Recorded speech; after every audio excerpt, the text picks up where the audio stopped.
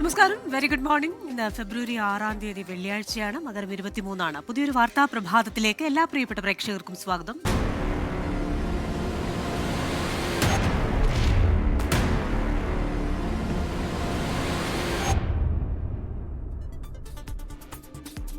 ഇന്നത്തെ പ്രധാനപ്പെട്ട വാർത്തകളുടെ സമഗ്ര ചിത്രവുമായി 24ന്റെ പ്രതിനിധികൾ വിവിധയിടങ്ങളിൽ നിന്ന് പ്രേക്ഷകർക്കൊപ്പം ചേരുകയാണ്. തിരുവനന്തപുരത്ത് നിന്ന് വിനേഷ്, കൊച്ചിയിൽ നിന്ന് വിപിൻ സി വിജയൻ, കോഴിക്കോട് നിന്ന് നിഖിൽ പ്രമേഷ്, ഡൽഹിയിൽ നിന്ന് ബൽറാം നെടുങ്ങാടി എന്നിവരാണ് പ്രേക്ഷകർക്കൊപ്പം ചേരാൻ പോകുന്നത്. ആദ്യം നമ്മൾ പോകുന്നത് തിരുവനന്തപുരത്തേക്കാണ്.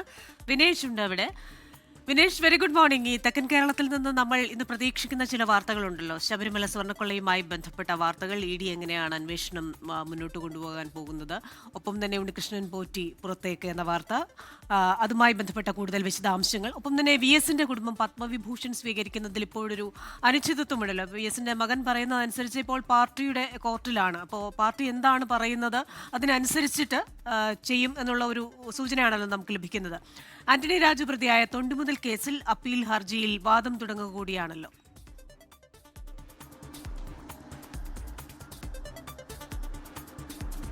Christina, very good morning. എന്തായാലും ഇന്ന് വളരെ നിർണായകമായ ദിവസങ്ങളാണ്. പോറ്റി ഇന്ന് അന്വേഷണ സംഘത്തിന്റെ മുമ്പിൽ ഹാജരാവണം. അതായത് ആഴ്ചയിൽ 2 തവണ അന്വേഷണ സംഘത്തിന്റെ മുമ്പിൽ ഹാജരാവേണ്ടതുണ്ട്. അതുകൊണ്ട് തന്നെ പോറ്റി എന്തായാലും SITയുടെ ഓഫീസിലെത്തും എന്നാണ് അറിയാൻ കഴിയും. നമുക്കറിയാം, ശബരിമല സ്വർണ്ണക്കവർച്ചയുമായി ബന്ധപ്പെട്ടുകൊണ്ട് കഴിഞ്ഞ 90 ദിവസമായിട്ടും കുറ്റപത്രം സമർപ്പിക്കാൻ അന്വേഷണ സംഘത്തിന് കഴിയാതെ പോയി. ഈ ഒരു സാഹചര്യത്തിലാണ് മുരാരി ബാബുവിനും അതുപോലെ തന്നെ ശ്രീകുമാറിനും ഒക്കെ പിന്നാലെ ഉണ്ണികൃഷ്ണൻ പോറ്റി കൂടി പുറത്തിറങ്ങിയിരിക്കുന്നു എന്നുള്ളതാണ് ഏറ്റവും പുതിയ വിവരം. ഒപ്പം തന്നെ നമുക്ക് പറയാൻ കഴിയുന്നത്, ഇതിനകത്ത് ഈ ആദ്യത്തെ കേസുകളിൽ മുരാരി ബാബുവിനെ മാത്രമാണ് ഇപ്പം നിലവിൽ ED ചോദ്യം ചെയ്തിട്ടുള്ളത്. ഒപ്പം തന്നെ ഉണ്ണികൃഷ്ണൻ പോറ്റിയെയും ശ്രീകുമാറിനെ കൂടി ചോദ്യം ചെയ്യുന്നതിലേക്ക് ED എത്തിച്ചേരും എന്നാണ് അറിയാൻ കഴിയുന്നത്. ഇതിൽ സാമ്പത്തിക തട്ടിപ്പുകൾ നടന്നിട്ടുണ്ട്. അതായത് ഉണ്ണികൃഷ്ണൻ പോറ്റി സ്വർണ്ണക്കവർച്ചയ്ക്ക് നടത്തുകയും ഒപ്പം തന്നെ അദ്ദേഹം വ്യാപകമായി ഭൂമിയും മറ്റും വാങ്ങിക്കൂട്ടുകയും ഇതിൽ സാമ്പത്തിക ഇടപാടുകൾ നടക്കുകയും ചെയ്തു എന്നുള്ളതാണ് പുറത്തുവരുന്ന ഒരു വിവരം. ഈ ഒരു പശ്ചാത്തലത്തിലാണ് സംഘം, അതായത് ED അദ്ദേഹത്തെ കൂടി ചോദ്യം ചെയ്യുന്നതിലേക്ക് കാര്യങ്ങൾ എത്തുന്നത്. മറ്റൊരു വിഷയം, അതുപോലെ തന്നെ മറ്റൊരു വിഷയത്തിലേക്ക് കിടക്കുന്നത്, ആന്റണി രാജു പ്രതിയായ തൊണ്ടി കേസിൽ ഇന്ന് അപ്പീൽ ഹർജിയിൽ ഇന്ന് വാദം തുടങ്ങും. നമുക്കറിയാം, ഇതിലെ അടിവസ്ത്രം മാറ്റിയതുമായി ബന്ധപ്പെട്ടുകൊണ്ട് മുൻ മന്ത്രിയായ ആന്റണി രാജുവിനെ അയോഗ്യനാക്കിയിരുന്നു.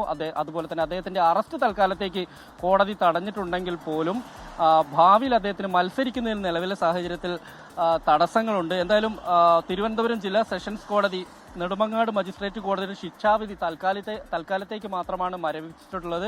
ഇതിന്മേലാണ് ഇപ്പോൾ വാദം കേൾക്കുന്ന ഒരു നടപടിയിലേക്ക് കൂടി കടക്കും എന്നുള്ളതാണ്. മറ്റൊന്ന്, VS അച്യുതാനന്ദന് പത്മവിഭൂഷൺ നൽകിയതുമായി ബന്ധപ്പെട്ടുകൊണ്ടുള്ളതാണ്. ആദ്യം ഈ വിഷയത്തിൽ സ്വാഗതം ചെയ്തുകൊണ്ട് തന്നെയാണ് അദ്ദേഹത്തിന്റെ മകൻ VA അരുൺകുമാർ രംഗത്ത് വന്നത്. അതിനുശേഷം പാർട്ടി എടുത്ത തീരുമാനം, പാർട്ടി പോലും ഇതിൽ വലിയൊരു ആശയക്കുഴപ്പത്തിലായിരുന്നു. കാരണം സാധാരണ നിലയിൽ ഇത്തരത്തിലുള്ള പത്മ പുരസ്കാരങ്ങൾ CPMന്റെ നേതാക്കളോ അല്ലെങ്കിൽ അത്തരത്തിലുള്ള ആളുകളോ വാങ്ങിക്കാറില്ല എന്നുള്ളതാണ്. VSന്റെ കാര്യത്തിലെത്തുമ്പോൾ പൂർണ്ണമായും ഇത് കുടുംബത്തിന് വിട്ടുകൊടുക്കുന്നു എന്നായിരുന്നു പാർട്ടി സെക്രട്ടറിയായ MV ഗോവിന്ദൻ വ്യക്തമാക്കിയത്. പക്ഷേ ആ സമയത്തും ഇതിൽ VA അരുൺകുമാർ ഒന്നും കൃത്യമായൊരു നിലപാട് സ്വീകരിച്ചില്ല. എന്നാൽ ഇപ്പോൾ അദ്ദേഹം സോഷ്യൽ മീഡിയയിലൂടെ പങ്കുവച്ചിരിക്കുന്ന വിവരം അനുസരിച്ചാണെങ്കിൽ പത്മവിഭൂഷൺ, VS അച്യുതാനന്ദന്റെ പേരിലുള്ള പത്മവിഭൂഷൺ കുടുംബം ഏറ്റുവാങ്ങില്ല എന്നുള്ളതാണ്. അതിൽ പ്രധാനമായും 2 കാര്യങ്ങളാണ്. ഒന്ന്, അരുൺകുമാർ സ്ഥാനാർത്ഥിയാവും എന്നുള്ളതാണ്. പാർട്ടിക്ക് വഴങ്ങി അദ്ദേഹം മുന്നോട്ട് പോവുക എന്നുള്ളൊരു നിലപാട് കൂടി ഉണ്ടാവും. ഈ ഒരു പശ്ചാത്തലത്തിൽ കൂടിയാണ് ഇങ്ങനെയൊരു തീരുമാനത്തിലേക്ക് എന്തായാലും VA അരുൺകുമാർ എത്തിച്ചേർന്നിട്ടുള്ളത്. എന്തായാലും അതുമായി ബന്ധപ്പെട്ടുകൊണ്ട് അദ്ദേഹത്തിന്റെ കൂടുതൽ പ്രതികരണങ്ങൾ ഇന്ന് പുറത്തു വന്നേക്കുമെന്നാണ് നമുക്ക് ലഭ്യമാവുന്ന വിവരം. ക്രിസ്റ്റിന. ശരി, വിനേഷാണ് തിരുവനന്തപുരത്ത് നിന്ന്, അല്ലെങ്കിൽ തെക്കൻ കേരളത്തിൽ നിന്ന് നമുക്ക് പ്രതീക്ഷിക്കാവുന്ന വാർത്തകളുടെ വിശദാംശങ്ങളുമായി ചേർന്നത്. ഇനി മധ്യ കേരളത്തിൽ എന്തൊക്കെ വാർത്തകളാണ് നമ്മൾ പ്രതീക്ഷിക്കുന്നത് നോക്കാം. കൊച്ചിയിൽ വിപിൻ സി വിജയനുണ്ട്. Vipin, very good morning. ഈ കിഫ്ബിക്കെതിരെ ED നൽകിയ അപ്പീൽ ഇന്ന് ഡിവിഷൻ ബെഞ്ച് വീണ്ടും പരിഗണിക്കുകയാണ്. ഒപ്പം തന്നെ BJP ദേശീയ അധ്യക്ഷൻ നിതിൻ നബിൻ ഇന്ന് കേരളത്തിലെത്തുകയാണ്. BJPക്ക് കേരളത്തിൽ അടുത്ത നിയമസഭാ തെരഞ്ഞെടുപ്പിൽ ചില ലക്ഷ്യങ്ങളുണ്ട്. ആ ലക്ഷ്യങ്ങളിലേക്ക് കൂടുതൽ അടുക്കുക എന്നൊരു ഉദ്ദേശം കൂടിയുണ്ടല്ലോ. മറ്റൊന്ന്, മാർ ജോസഫ് പാംപ്ലാനിയുടെ ഹർജി ഹൈക്കോടതി ഇന്ന് പരിഗണിക്കുമെന്ന വാർത്തയാണ്. സൂരജ് ലാമയുടെ തിരോധനവുമായി ബന്ധപ്പെട്ട ഹർജി ഹൈക്കോടതി പരിഗണിക്കുന്നുണ്ട്. ഇതടക്കം എന്തൊക്കെ വാർത്തകളാണ് നമ്മൾ മധ്യ കേരളത്തിൽ നിന്ന് പ്രതീക്ഷിക്കുന്നത്? ക്രിസ്റ്റീന, ഒരു പിടി വലിയ വാർത്തകൾ തന്നെ ഇന്ന് മധ്യ കേരളത്തിൽ നിന്ന് പുറത്തു വരാനുണ്ട് എന്നുള്ളതാണ്. അതിൽ ഏറ്റവും എടുത്തു പറയേണ്ടത് നിയമസഭാ തെരഞ്ഞെടുപ്പ് വരികയാണ്. ഒപ്പം തന്നെ ബജറ്റുമായി ബന്ധപ്പെട്ടിട്ടുള്ള വിവാദങ്ങളൊക്കെ നിലനിൽക്കുന്നതിനിടെയാണ് BJPയുടെ ദേശീയ അധ്യക്ഷനായിട്ടുള്ള നിതിൻ നബിൻ കേരളത്തിലേക്ക് എത്തുന്നത്. ഇന്ന് 1:45 നെടുമ്പാശ്ശേരിയിൽ അദ്ദേഹം ഇറങ്ങിയതിനു ശേഷം ആദ്യം BJPയുടെ കോർ കമ്മിറ്റി യോഗത്തിൽ പങ്കെടുക്കുന്നു. അതിനുശേഷം ആലപ്പുഴയിലും എറണാകുളത്തുമുള്ള ബൂത്ത് പ്രസിഡന്റുമാരുടെ യോഗം, അത് അങ്കമാലിയിലാണ് വിളിച്ചിരിക്കുന്നത്. ആ യോഗത്തെ അദ്ദേഹം അഭിസംബോധന ചെയ്യും. അതിനുശേഷം BJPയുടെ സംസ്ഥാന ഭാരവാഹികളുമായിട്ടുള്ള കൂടിക്കാഴ്ച, ഇത്തരത്തിൽ നിരവധി പരിപാടികൾ അദ്ദേഹം ഇന്ന് മാത്രമുണ്ട്. RSS കാര്യാലയവും അദ്ദേഹം സന്ദർശിക്കും. നാളെ തൃശ്ശൂരാണ് അദ്ദേഹത്തിന്റെ പരിപാടി. നാളെ രാവിലെ അദ്ദേഹം കാലടി ശങ്കരാചാര്യരുടെ ജന്മഭൂമി സന്ദർശിക്കുകയും അതിനുശേഷം തൃശ്ശൂരിലേക്കെത്തി അവിടെ പ്രവർത്തകരുടെ ചുമരെഴുത്തുണ്ട്, അതിൽ പങ്കാളിയാവുകയും ചെയ്യും. ഭാരവാഹി യോഗവും തൃശ്ശൂരിലും നടക്കുന്നുണ്ട്. തൃശ്ശൂർ പ്രധാനമായും BJP ലക്ഷ്യം വെക്കുന്ന ഒരു സ്ഥലം കൂടിയാണ്. അതുകൊണ്ട് തന്നെ ഈ 2 സ്ഥലങ്ങളിലാണ് അദ്ദേഹം പ്രധാനമായും ഈ സന്ദർശനം, 2 ദിവസത്തെ സന്ദർശനത്തിൽ നടത്തുന്നത്. മറ്റൊന്നുള്ളത് ഹൈക്കോടതിയുമായി ബന്ധപ്പെട്ടിട്ടുള്ള വാർത്തയാണ്. നമുക്കറിയാവുന്ന പോലെ തന്നെ കിഫ്ബിക്കെതിരെ ED രംഗത്ത് വരികയും EDയുടെ ഹർജി ഇന്ന് ഡിവിഷൻ ബെഞ്ച് പരിഗണിക്കുകയും ചെയ്യുകയാണ്. മസാല ബോണ്ട് വഴി സമാഹരിച്ച തുക അത് സ്ഥലം വാങ്ങുന്നതുമായി ബന്ധപ്പെട്ട് ഉപയോഗിച്ചു, അത് ഒരു ലംഘനമാണ്, അല്ലെങ്കിൽ ഈ പണമിടപാടുമായി ബന്ധപ്പെട്ടുള്ള കിഫ്ബിയുടെ ലംഘനമാണ് എന്നുള്ളതായിരുന്നു പ്രധാനമായും EDയുടെ വാദമുള്ളത്. EDയുടെ ഹർജിയിൽ തെറ്റുണ്ടെന്ന് ചൂണ്ടിക്കാണിച്ച് കഴിഞ്ഞ പ്രാവശ്യം ഹൈക്കോടതിയുടെ ഭാഗത്ത് നിന്ന് ഒരു വിമർശനം ഉണ്ടാവുകയും ചെയ്തിരുന്നു. ഇപ്പോൾ ഇന്ന് വീണ്ടും ആ ഹർജി പരിഗണിക്കുകയാണ്. എന്നാൽ ഇത്തരത്തിലുള്ള ആരോപണങ്ങളൊക്കെ തള്ളിക്കൊണ്ടുള്ള ഒരു ഉത്തരമായിരുന്നു ഇതുമായി ബന്ധപ്പെട്ട കിഫ്ബി സർക്കാർ നൽകുകയും ചെയ്തിരുന്നത്. ഇന്ന് സൂരജ് ലാമയുടെ തിരോധനവുമായി ബന്ധപ്പെട്ടും വളരെ പ്രധാനപ്പെട്ട ഒരു ഹർജി ഹൈക്കോടതി വീണ്ടും അത് പരിഗണിക്കുകയാണ്. അതിലെടുത്തു പറയേണ്ടത് അദ്ദേഹത്തിൻ്റെ DNA പരിശോധനാ ഫലം ഇപ്പോഴും വന്നിട്ടില്ല. കളമശ്ശേരിയിലായിരുന്നു അദ്ദേഹത്തിൻ്റെ മൃതദേഹം കണ്ടെത്തിയത്. അതിനുശേഷം അത് സൂരജ് ലാമ തന്നെയാണോ എന്ന് ഉറപ്പിക്കുന്നതിന് വേണ്ടിയിട്ടാണ് DNA പരിശോധനാ ഫലം തിരുവനന്തപുരത്തേക്ക് അയച്ചത്. അവിടെ നിന്ന് ഉത്തരം ലഭിക്കാത്തതിനെ തുടർന്നാണ് ഹൈദരാബാദ് ലാബിലേക്ക് അയച്ചത്. ഈ ഒരു പരിശോധനാ ഫലം വൈകുന്നതുമായി ബന്ധപ്പെട്ട് കോടതിയുടെ ഭാഗത്ത് നിന്ന് വിമർശനം ഉണ്ടാവുന്നു. അപ്പോൾ ഇന്ന് തീർച്ചയായും അതിൻ്റെ തുടർചലനങ്ങൾ ഹൈക്കോടതിയിൽ നിന്ന് പ്രതീക്ഷിക്കാം. മാർ ജോസഫ് പാപ്പാനി ഇന്ന് കുർബാനയുമായി, ഏകീകൃത കുർബാനയുമായി ബന്ധപ്പെട്ട് അദ്ദേഹം ഈ അങ്കമാലി അതിരൂപതയിൽ പോലീസിന്റെ സംരക്ഷണം വേണമെന്നാവശ്യപ്പെട്ടിട്ടുള്ള ഹർജി കൂടി ഇന്ന് ഹൈക്കോടതിക്ക് മുൻപാകെ എത്തുകയാണ്. ക്രിസ്റ്റീന. ശരി, വിപിൻ സി വിജയനാണ് കൊച്ചിയിൽ നിന്ന് വിവരങ്ങളുമായി ചേർന്നത്. ഇനി നമ്മൾ പോകുന്നത് കോഴിക്കോടേക്കാണ്. അവിടെ നിഖിൽ പ്രമേഷ് ഉണ്ട്. Nikhil, very good morning. ഇന്ന് UDFന്റെ പുതുയുഗ യാത്രയ്ക്ക് കാസർഗോഡ് കുമ്പളയിൽ തുടക്കമാവുകയാണ്. ഈ ജെൻസി ഉൾപ്പെടെയുള്ള പുതിയ ജനറേഷൻ, അവർക്കായി വിവിധ പരിപാടികൾ ആസൂത്രണം ചെയ്യുക, ഒപ്പം തന്നെ ഈ ഭരണത്തിലും അഭിപ്രായ രൂപീകരണത്തിലുമൊക്കെ അവരെ കൂടി പങ്കാളികളാക്കുക, ഇങ്ങനെ പല ലക്ഷ്യവുമായിട്ടാണല്ലോ ഈ ഒരു യാത്ര. അതുമായി ബന്ധപ്പെട്ട വിശദാംശങ്ങൾ, ഒപ്പം തന്നെ ഷിംജിത മുസ്തഫയുടെ ജാമ്യാപേക്ഷ ഇന്ന് കോടതി പരിഗണിക്കുകയാണല്ലോ. Krishna, very good morning. സൂചിപ്പിച്ചതുപോലെ തന്നെ മലബാറിൽ നിന്ന് ഇന്ന് നമ്മൾ പ്രതീക്ഷിക്കുന്ന ഏറ്റവും പ്രധാനപ്പെട്ട 2 വാർത്തകൾ എന്ന് പറയുന്നത്, ഒന്ന് ഷിംജിതയുടെ ജാമ്യ ഹർജിയിലുള്ള അതിൻ്റെ വിധി ഇന്ന് പ്രസ്താവിക്കും. അതോടൊപ്പം തന്നെയാണ് ഏറ്റവും പ്രധാനപ്പെട്ട ഒന്നാണ് UDFന്റെ യാത്ര. VD സതീശൻ നയിക്കുന്ന യാത്ര, പുതുയുഗ യാത്രയ്ക്ക് ഇന്ന് കാസർഗോഡ് കുമ്പളയിൽ തുടക്കമാകും.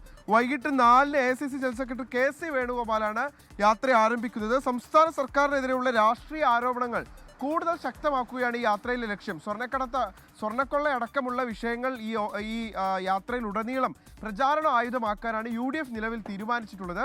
നിയമസഭാ തെരഞ്ഞെടുപ്പിന് മുൻപ് മുഴുവൻ മണ്ഡലങ്ങളിലും പാർട്ടിയുടെ വേരോട്ടം അത് ശക്തിപ്പെടുത്തുക, പ്രവർത്തകരിൽ ഒരു ആത്മവിശ്വാസം ഉണ്ടാക്കുക, അതോടൊപ്പം തന്നെ സംസ്ഥാന സർക്കാരിനായിട്ടുള്ള വിമർശനങ്ങൾ, സംസ്ഥാന സർക്കാരിൻ്റെ കെടുകാര്യസ്ഥത, വീഴ്ചകൾ, ഇതൊക്കെ ജനങ്ങളിലേക്ക് എത്തിക്കുക എന്നുള്ളതാണ് ഈ യാത്രയുടെ ലക്ഷ്യം. UDF വലിയ ആത്മവിശ്വാസത്തോടു കൂടിയാണ് ഈ തദ്ദേശ തെരഞ്ഞെടുപ്പിന് ശേഷം ഈ യാത്രയെ കാണുന്നത് എന്നുള്ളതും വളരെ പ്രധാനപ്പെട്ട കാര്യമാണ്. 1 മാസത്തെ പര്യടനത്തിന് ശേഷം മാർച്ച് 6-ന് തിരുവനന്തപുരത്താണ് യാത്ര സമാപിക്കുക. അതിൻ്റെ തുടക്കമാണ് ഇന്ന് കാസർഗോഡ് നിന്നുണ്ടാവുന്നത്. മറ്റൊരു പ്രധാനപ്പെട്ട വാർത്ത നേരത്തെ സൂചിപ്പിച്ചതുപോലെ തന്നെ ഷിംജിത മുസ്തഫയുടെ ജാമ്യ ഹർജിയിന്മേലുള്ള വിധിയാണ്. അവർക്ക് നേരത്തെ കുന്നമംഗലം കോടതി ജാമ്യം നിഷേധിച്ചിരുന്നു. ഒരു പക്ഷേ പ്രതി പുറത്തിറങ്ങിയാൽ ഈ സാക്ഷികളെ അടക്കം സ്വാധീനിക്കാൻ സാധ്യതയുണ്ട് എന്നുള്ള പോലീസ് റിപ്പോർട്ട് പരിഗണിച്ചുകൊണ്ടായിരുന്നു അവർക്ക് ജാമ്യം നിഷേധിക്കുന്ന സാഹചര്യം ഉണ്ടായത്.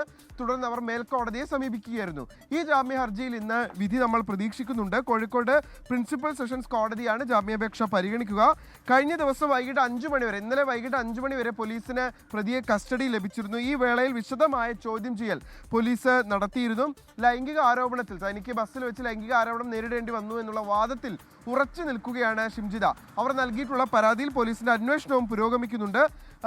ഈ വിഷയത്തിൽ ഇന്നിപ്പോൾ 11 മണിയോടുകൂടി കോടതി പരിഗണിക്കും. ജാമ്യം അവർക്ക് ലഭിക്കുമോ എന്നുള്ള കാര്യത്തിൽ 11 മണിയോടുകൂടി നമുക്ക് വിവരം ലഭിക്കും. ക്രിസ്റ്റിന, ഡൽഹിയിൽ നിന്ന് ബൽറാം നെടുങ്ങാടിയുണ്ട്. Balram, very good morning. Parliament ഇന്നും പ്രക്ഷുബ്ധമായേക്കുമെന്ന സൂചനകളാണല്ലോ ലഭിക്കുന്നത്. രാഹുൽ ഗാന്ധിയെ സംസാരിക്കാൻ അനുവദിക്കാതിരുന്നത്, പ്രധാനമന്ത്രി നന്ദിപ്രമേയ ചർച്ചയ്ക്ക് മറുപടി പറയാതിരുന്നത്, ഇതൊക്കെ ഇന്ന് പ്രതിഷേധത്തിന് കാരണമായേക്കുമല്ലോ. ഒപ്പം തന്നെ ഈ സർക്കാർ രൂപീകരണത്തിന് പിന്നാലെ മണിപ്പൂരിൽ വലിയ സംഘർഷമാണല്ലോ നടക്കുന്നത്. ജമ്മു കാശ്മീരിലെ ഓപ്പറേഷൻ ട്രാഷ്, അതുമായി ബന്ധപ്പെട്ട നടപടികൾ പുരോഗമിക്കുന്നുണ്ട്. മേഘാലയയിൽ അനധികൃത ഖനിയിലുണ്ടായ സ്ഫോടനത്തിൽ രക്ഷാപ്രവർത്തനം തുടരുന്നുണ്ട്. ഇതടക്കം എന്തൊക്കെ വാർത്തകളാണ് നമ്മൾ ഇന്ന് പ്രതീക്ഷിക്കുന്നത്?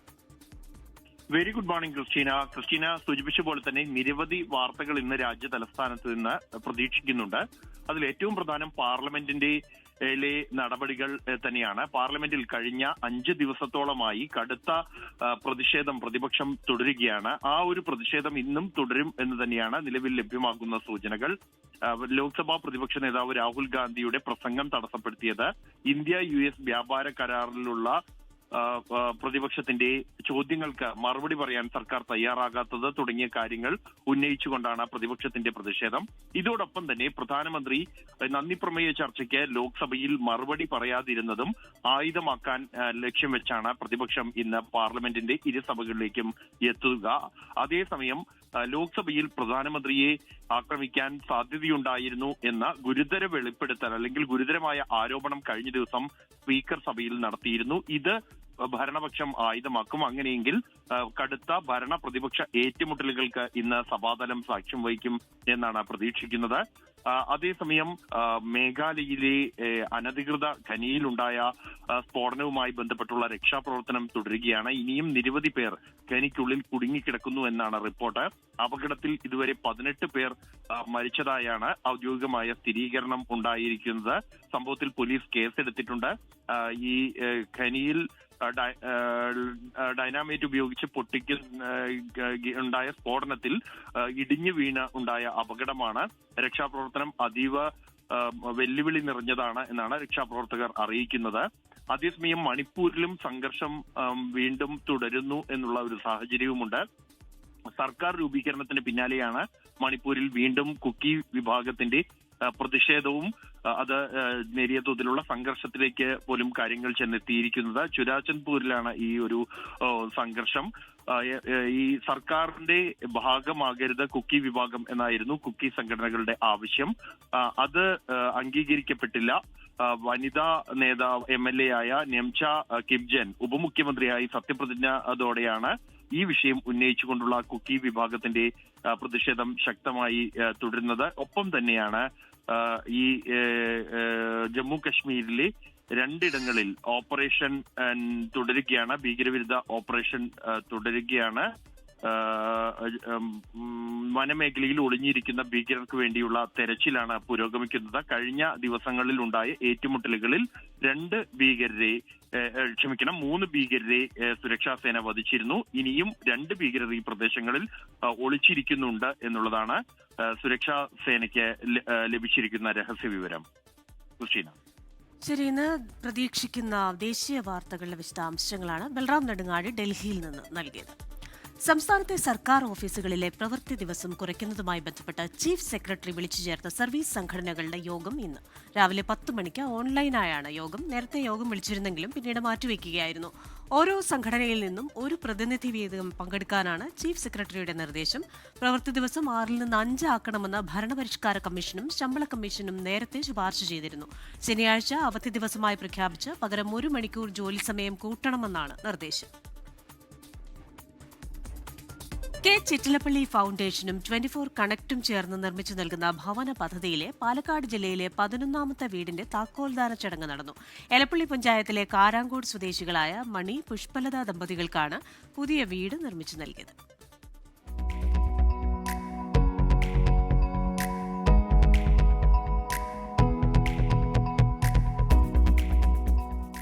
സ്വപ്നം സാക്ഷാത്കരിച്ചതിന്റെ വലിയ സന്തോഷത്തിലാണ് വയോധക ദമ്പതികളായ മണിയും പുഷ്പലതയും. ഇപ്പോൾ ഇങ്ങനെ ഒരു ഭവനം കിട്ടിയാൽ വലിയ സന്തോഷത്തെ എനിക്കിപ്പോൾ പറയാൻ പറ്റുള്ളൂ. അത്ര നല്ലത്. എല്ലാത്തിനും ചിറ്റിലപ്പള്ളി ഫൗണ്ടേഷനും 24 ചാനലും 1000 നന്ദി. നമുക്ക് കിട്ടിയതിൽ ഭയങ്കര സന്തോഷം തന്നെ. ഒന്നും ഇല്ലാണ്ട് ഇരുന്നിട്ട് ശാലയിൽ നിന്ന് വന്നതാണ്. അതുകൊണ്ട് കിട്ടിയത് വളരെ സന്തോഷം. കൂലിപ്പണിക്കാരായ ഇരുവർക്കും കയറിക്കിടക്കാൻ അടച്ചുറപ്പുള്ള സുരക്ഷിതമായ ഒരു വീടുണ്ടായിരുന്നില്ല. ഓലപ്പുരയിലാണ് ഇരുവരും ജീവിതം കഴിച്ചുകൂട്ടിയിരുന്നത്. മഴക്കാലത്ത് ഈ കൂരയിൽ ഏറെ ബുദ്ധിമുട്ടിയാണ് ഇവർ ജീവിതം തള്ളി നീക്കിയിരുന്നത്. കഷ്ടപ്പാട് അയൽവാസികളും നാട്ടുകാരും ചേർന്ന് 24 കണക്റ്റിനെ അറിയിച്ചു. 8 മാസങ്ങൾക്കുള്ളിൽ 2 കിടപ്പുമുറിയും ഹാളും അടുക്കളയും ഉൾപ്പെടെയുള്ള മനോഹരമായ വീട് നിർമ്മിച്ചു നൽകി. ഒരുപാട് സന്തോഷമുണ്ട് ഇന്ന്. കാരണം 24 ചാനലും ചിറ്റിലപ്പള്ളി ഫൗണ്ടേഷനും ചേർന്ന് 100 വീട് ഭവന പദ്ധതി പാവപ്പെട്ടവരെ കണ്ടുപിടിച്ച് അവരുടെ ഒരു സ്വപ്ന ഭവനം നിർമ്മിച്ചു കൊടുക്കുന്നതിൽ എനിക്കും ഒരു ഭാഗമാകാൻ കഴിഞ്ഞതിൽ ഞാൻ ഒരുപാട് സന്തോഷിക്കുന്നു. ഇനിയും ഒരുപാട് പാവപ്പെട്ടവർക്ക് 24 ചാനലും ചിറ്റിലപ്പള്ളി ഫൗണ്ടേഷൻ വീട് നിർമ്മിക്കട്ടെ എന്ന് ആശംസിക്കുന്നു. വീടിന്റെ താക്കോൽദാനം 24 Palakkad reporter Shariq Navas, 24 connect regional coordinator Manoj Mavelikkara, ജില്ലാ കോർഡിനേറ്റർ ടി ജയപ്രകാശ് എന്നിവർ ചേർന്ന് നിർവഹിച്ചു. ജില്ലാ കോർഡിനേറ്റർ ടി ജയപ്രകാശ് നാടമുറിച്ചും ഉദ്ഘാടനം ചെയ്തു. 24 പാലക്കാട്. ക്യാമറ കണ്ണുകളിലൂടെ ലോകത്തെ കാട്ടിത്തന്ന 10ാമത് ഷാർജ എക്സ്പോഷർ ഫെസ്റ്റിവൽ. ഒരാഴ്ച നീണ്ടുനിന്ന മേളയിൽ ലോകത്തെ പ്രമുഖരായ ഫോട്ടോഗ്രാഫർമാരുടെ ചിത്രങ്ങൾ പ്രദർശിപ്പിച്ചു. ക്യാമറ ക്ലാസുകളും വിസ്മയ കാഴ്ചകളും മേളയുടെ മാറ്റുകൂട്ടി.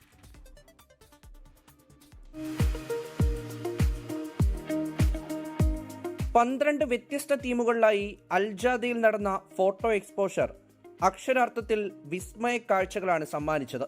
പല ദേശത്തെ, പല കാലത്തെ, പല മുഹൂർത്തങ്ങളിലെ ജീവൻ തുടിക്കുന്ന ചിത്രങ്ങൾ. 95 സ്റ്റോളുകളിലായി 3200 ചിത്രങ്ങളാണ് പ്രദർശിപ്പിച്ചത്. യുദ്ധക്കെടുതിയിൽ വിറങ്ങലിച്ച ജനതയുടെ നേർക്കാഴ്ചകൾ ഉള്ളുലയ്ക്കുന്നതായിരുന്നു. തൻ്റെ 2 മക്കളുടെ ഫോട്ടോ പിടിച്ച് അവരെവിടെയെന്നു തേടുന്ന ഒരു ഉമ്മ. സിറിയയിൽ നിന്നുള്ള കാഴ്ചയാണ്. യുദ്ധമുണ്ടാക്കിയ കെടുതികൾ, കണ്ണീർ, ഭീതി പടർത്തിയ നിമിഷങ്ങൾ, ഇതൊക്കെയും ഈ എക്സിബിഷൻ്റെ വിവിധ സ്റ്റാളുകളിലായി നമുക്ക് കാണാൻ കഴിയും. ഓരോ ചിത്രത്തിനും ജീവനുണ്ട്. അതോരോ കഥകൾ പറയുന്നുമുണ്ട്. കെട്ടുകഥയല്ല, അനുഭവിച്ചറിഞ്ഞ ജീവിത യാഥാർത്ഥ്യങ്ങൾ.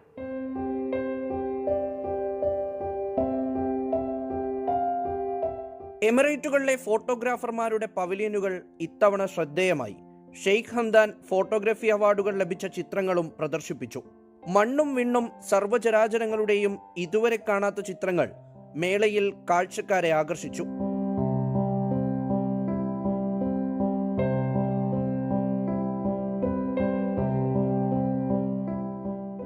ഞാൻ ബേസിക്കലി ഒരു നഴ്സായിട്ട് വർക്ക് ചെയ്യുകയാണ്. പക്ഷേ ഫോട്ടോഗ്രാഫിയിൽ ഇൻട്രസ്റ്റ് ഉണ്ട്. അപ്പം പാർട്ട് ടൈമായിട്ട് ഫ്രീ ആയിട്ടുള്ള ടൈമിലൊക്കെ ഫോട്ടോഗ്രാഫി കാര്യങ്ങളൊക്കെ ചെയ്യാറുണ്ട്. എല്ലാ വർഷവും വരാറുണ്ട്. ഈ വർഷവും പതിവ് പോലെ വന്ന് കാണാൻ വേണ്ടി വന്നതാണ്.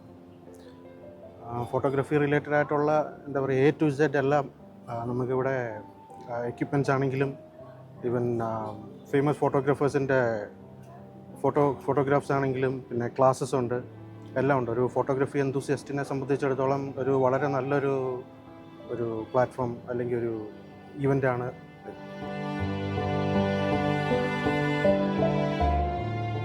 60 രാജ്യങ്ങളിൽ നിന്നായി 400-ലധികം ഫോട്ടോഗ്രാഫർമാർ എക്സ്പോഷർ ഫെസ്റ്റിവലിന്റെ ഭാഗമായി. ഫോട്ടോഗ്രാഫി, സിനിമ ക്ലാസുകളും ക്യാമറകളുടെയും ഉപകരണങ്ങളുടെയും പ്രദർശനവും മേളയിൽ നടന്നു. ക്യാമറമാൻ ശരത് ചെറുകുന്നിനൊപ്പം മുഹമ്മദ് റഹീസ്, 24 ദുബായ്. വയനാട് മാനന്തവാടിയിൽ കാറിൽ തീ കൊളുത്തി ആത്മഹത്യ ചെയ്ത യുവാവിന്റെ സന്ദേശം പുറത്ത്. മരണത്തിന് ഉത്തരവാദികളെന്നാരോപിച്ച് 2 പേരുടെ പേര് പരാമർശിച്ചാണ് സജീറിന്റെ വീഡിയോ. കുടുംബത്തോടൊപ്പം സഞ്ചരിക്കവെയാണ് സജീർ തീ കൊളുത്തി ആത്മഹത്യ ചെയ്തത്. പരിക്കേറ്റ ഭാര്യയും ഒരു മകളും ചികിത്സയിലാണ്. എൻ്റെ ഓളെ എൻ്റെ മക്കളെ മരണത്തിന് കാരണം EC Bapu Mananthavady.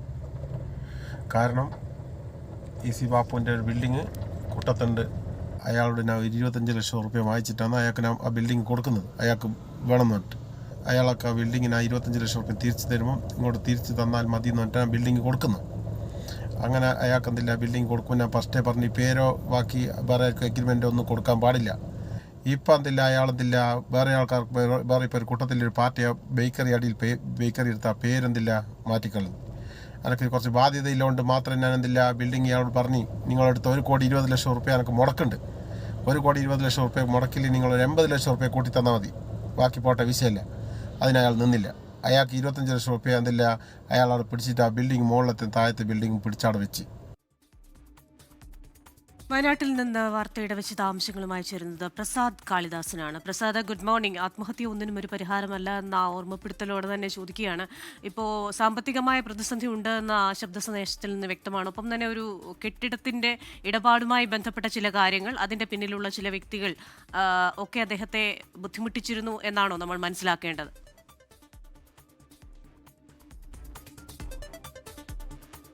Good morning Christina. അത് തന്നെയാണ് മനസ്സിലാക്കേണ്ടത്. കാരണം സാമ്പത്തിക നഷ്ടം വന്നതുമായി ബന്ധപ്പെട്ടുള്ള വലിയൊരു തർക്കം നിലനിൽക്കുന്നുണ്ടായിരുന്നു. ആ തർക്കവുമായി ബന്ധപ്പെട്ട് ഇതിൽ പ്രത്യേകമായി 2 വ്യക്തികളുടെ പേരെടുത്തു പറഞ്ഞുകൊണ്ടാണ് ആ ഒരു ആത്മഹത്യാ സന്ദേശമുള്ളത്. അതിൽ ഈ സജീർ എടുത്തു പറയുന്ന 2 പേരുകൾ, ഒന്ന് EC ബാപ്പു എന്നുള്ളതാണ്, മറ്റേത് പൂച്ചക്കൽ റഫീഖ് എന്നുള്ളതാണ്. ഇവരുടെ 2 പേരുടെ പേരുകൾ എടുത്തു പറഞ്ഞുകൊണ്ടാണ്, അതായത് എൻ്റെയും എൻ്റെ കുടുംബത്തിൻ്റെയും മരണത്തിന് കാരണം, അതിന് ഉത്തരവാദികൾ ഈ 2 വ്യക്തികളാണ്. മറ്റ് നിരവധി പേർക്ക് ഞാൻ പണം കൊടുക്കാനുണ്ട്, പക്ഷേ അവരാരും എന്നെ ഇത്രത്തോളം ബുദ്ധിമുട്ടിച്ചിട്ടില്ല.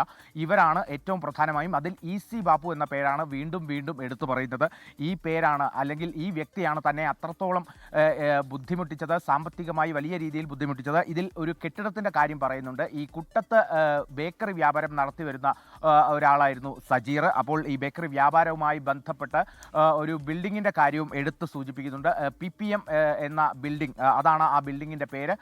PPM ബിൽഡിങ്ങുമായി ബന്ധപ്പെട്ട ആ PPM ബിൽഡിങ്ങിൻ്റെ ആ പേര് മാറ്റിയതുമായി ബന്ധപ്പെട്ടാണ് ഈ തർക്കം ഉണ്ടായത്. EC ബാപ്പുവുമായി തർക്കം ഉണ്ടായത്. 25 ലക്ഷം രൂപ വാങ്ങി പിന്നീട് ഈ ബിൽഡിങ്ങിൻ്റെ ഈ ഒരു കെട്ടിടത്തിൻ്റെ പേര് മാറ്റുകയായിരുന്നു. ഈ PPM എന്നുള്ള ആ ഒരു കെട്ടിടം വലിയ രീതിയിൽ ആ ഒരു ഭാഗത്തൊക്കെ വലിയ രീതിയിൽ ശ്രദ്ധിക്കപ്പെട്ട ഒരു ബിൽഡിംഗ് ആണ്, അല്ലെങ്കിൽ കെട്ടിടമാണ്. അപ്പോൾ ആ കെട്ടിടത്തിലായിരുന്നു ഇതിനെ സംബന്ധിച്ചുള്ള ഈ സജീറിൻ്റെയും ഒക്കെ തന്നെ വ്യാപാരവും ഒക്കെ തന്നെ നടന്നു വന്നിരുന്നത്. അപ്പോൾ ഈ ബിൽഡിങ്ങിൻ്റെ, ഈ കെട്ടിടത്തിൻ്റെ പേര് മാറ്റിയതുമായി തന്നോട് ഒന്നും ചോദിക്കാതെ, തന്നോട് അനുവാദം ചോദിക്കാതെ കേവലം 25 ലക്ഷം രൂപ വാങ്ങി ഈ കെട്ടിടത്തിൻ്റെ പേര് മാറ്റുകയായിരുന്നു എന്നുള്ളതാണ്. അത്രത്തോളം തന്നെ ഈ EC ബാപ്പു എന്നുള്ള വ്യക്തി ബുദ്ധിമുട്ടിച്ചിട്ടുണ്ട്.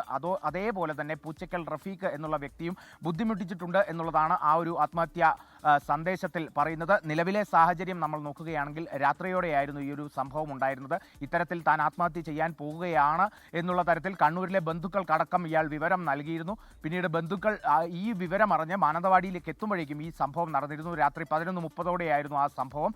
കാറിൽ പെട്രോൾ ഒഴിച്ച് തീ കൊളുത്തി ആത്മഹത്യയ്ക്ക് ശ്രമിക്കുകയായിരുന്നു സജീറും കുടുംബവും എന്നുള്ളത്. അതിൽ ഭാര്യ നജ്മുന്നീസ 50% പൊള്ളലേറ്റിട്ടുണ്ട്. ഭാര്യ നജ്മുന്നീസയ്ക്ക്, ഒപ്പം തന്നെ ഇളയ മകൾ ഐഷയ്ക്ക് 2 വയസ്സാണ്.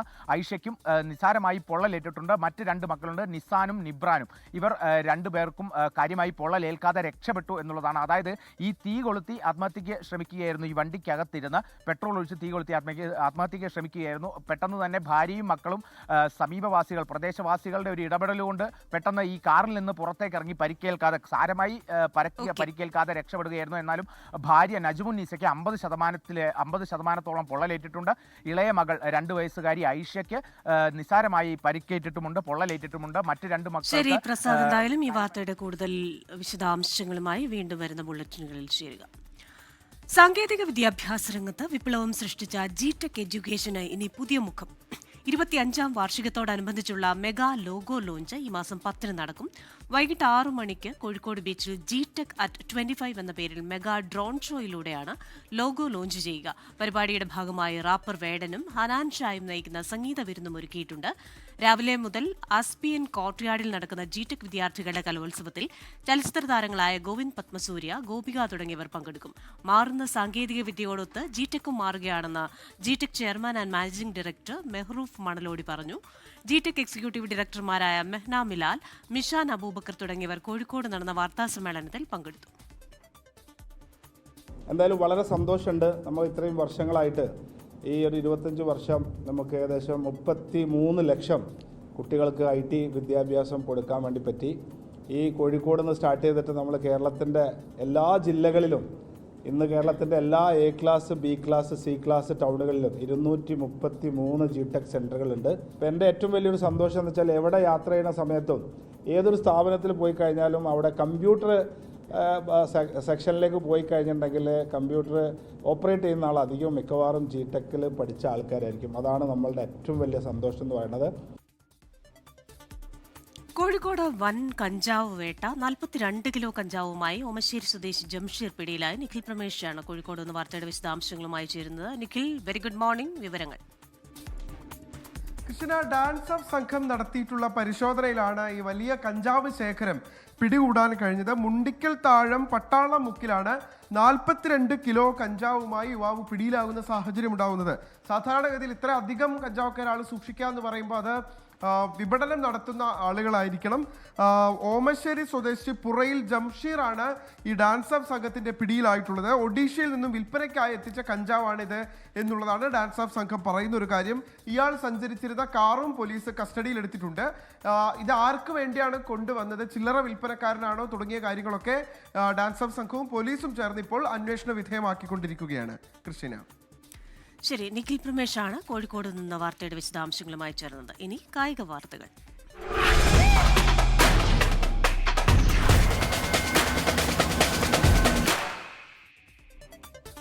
അണ്ടർ-19 ലോകകപ്പ് കിരീടം ലക്ഷ്യമിട്ട് ടീം ഇന്ത്യ ഇന്ന് ഇറങ്ങുകയാണ്. ഉച്ചയ്ക്ക് 1 മണിക്ക് നടക്കുന്ന ഫൈനലിൽ ഇംഗ്ലണ്ടാണ് എതിരാളികൾ. 6ാം ലോക കിരീടം ലക്ഷ്യമിട്ടാണ് ഇന്ത്യൻ കൗമാരപ്പട കളത്തിലെത്തുന്നത്. 2000-ൽ മുഹമ്മദ് കൈഫ്, 2008-ൽ വിരാട് കോഹ്ലി, 2012-ൽ ഉന്മുഖ് ചന്ദ്, 2018-ൽ പൃഥ്വി ഷോ, 2022-ൽ യാഷ്തുൽ. ഇവരുടെ പിൻഗാമിയാവാൻ ആയുഷ് മാത്രയ്ക്കാകുമോ? കൗമാരക്കാരുടെ ലോകകപ്പ് ഇന്ത്യയിലെത്തിക്കുന്ന 6ാം നായകനാകുമോ? ചരിത്രത്തിലേക്ക് നടന്നു കയറാൻ ആയുഷ് മാത്രയുടെ നീലപ്പട കളത്തിലേക്ക്. കലാശക്കളിയുടെ വീര്യം കൂട്ടി ഫൈനലിൽ ഏറ്റുമുട്ടുന്നത് 2 അപരാജിത സംഘങ്ങൾ. സെമി ഉൾപ്പെടെ 6-ൽ 6 മത്സരങ്ങളും ജയിച്ച ഇന്ത്യയും ഇംഗ്ലണ്ടും. പെർഫെക്റ്റ് 7 നേടുന്നവർക്ക് ലോകകപ്പിന്റെ തിളക്കം കൂടിയുണ്ടാകും. അഫ്ഗാനിസ്ഥാനെതിരെ 311 റൺസ് എന്ന റെക്കോർഡ് സ്കോർ ചേസ് ചെയ്തായിരുന്നു ഇന്ത്യയുടെ ഫൈനൽ പ്രവേശം. അദ്ഭുത ബാലൻ വൈഭവ് സൂര്യവംശി, ക്യാപ്റ്റൻ ആയുഷ് മാത്രെ, സെഞ്ചുറിയോടെ സെമിയിലെ വിജയശില്പിയായ മലയാളി താരം ആരോൺ ജോർജ്, അഭിഗ്യാൻ കുണ്ടു തുടങ്ങി ഇന്ത്യൻ ബാറ്റിംഗ് കരുത്ത് ആഴത്തിലുണ്ട്. ഹെനിൽ പട്ടേൽ നയിക്കുന്ന ബൗളിംഗ് നിരയും ഇംഗ്ലീഷുകാരെ എറിഞ്ഞിടാൻ പോന്നവർ. 2ാം കിരീടം ലക്ഷ്യമിട്ടാണ് ഇംഗ്ലണ്ടിന്റെ വരവ്. നിലവിലെ ചാമ്പ്യന്മാരെ വീഴ്ത്തി കലാശക്കളിക്ക് ടിക്കറ്റ് എടുത്ത ഇംഗ്ലീഷുകാർ കഴിഞ്ഞ തവണത്തെ മറ്റൊരു ഫൈനലിസ്റ്റുകളെയും വീഴ്ത്താമെന്ന് മോഹിക്കുന്നു. Sports desk 24. അങ്ങനെ ന്യൂസ് ബ്രേക്സിന്റെ സമയം പൂർണ്ണമാവുകയാണ്.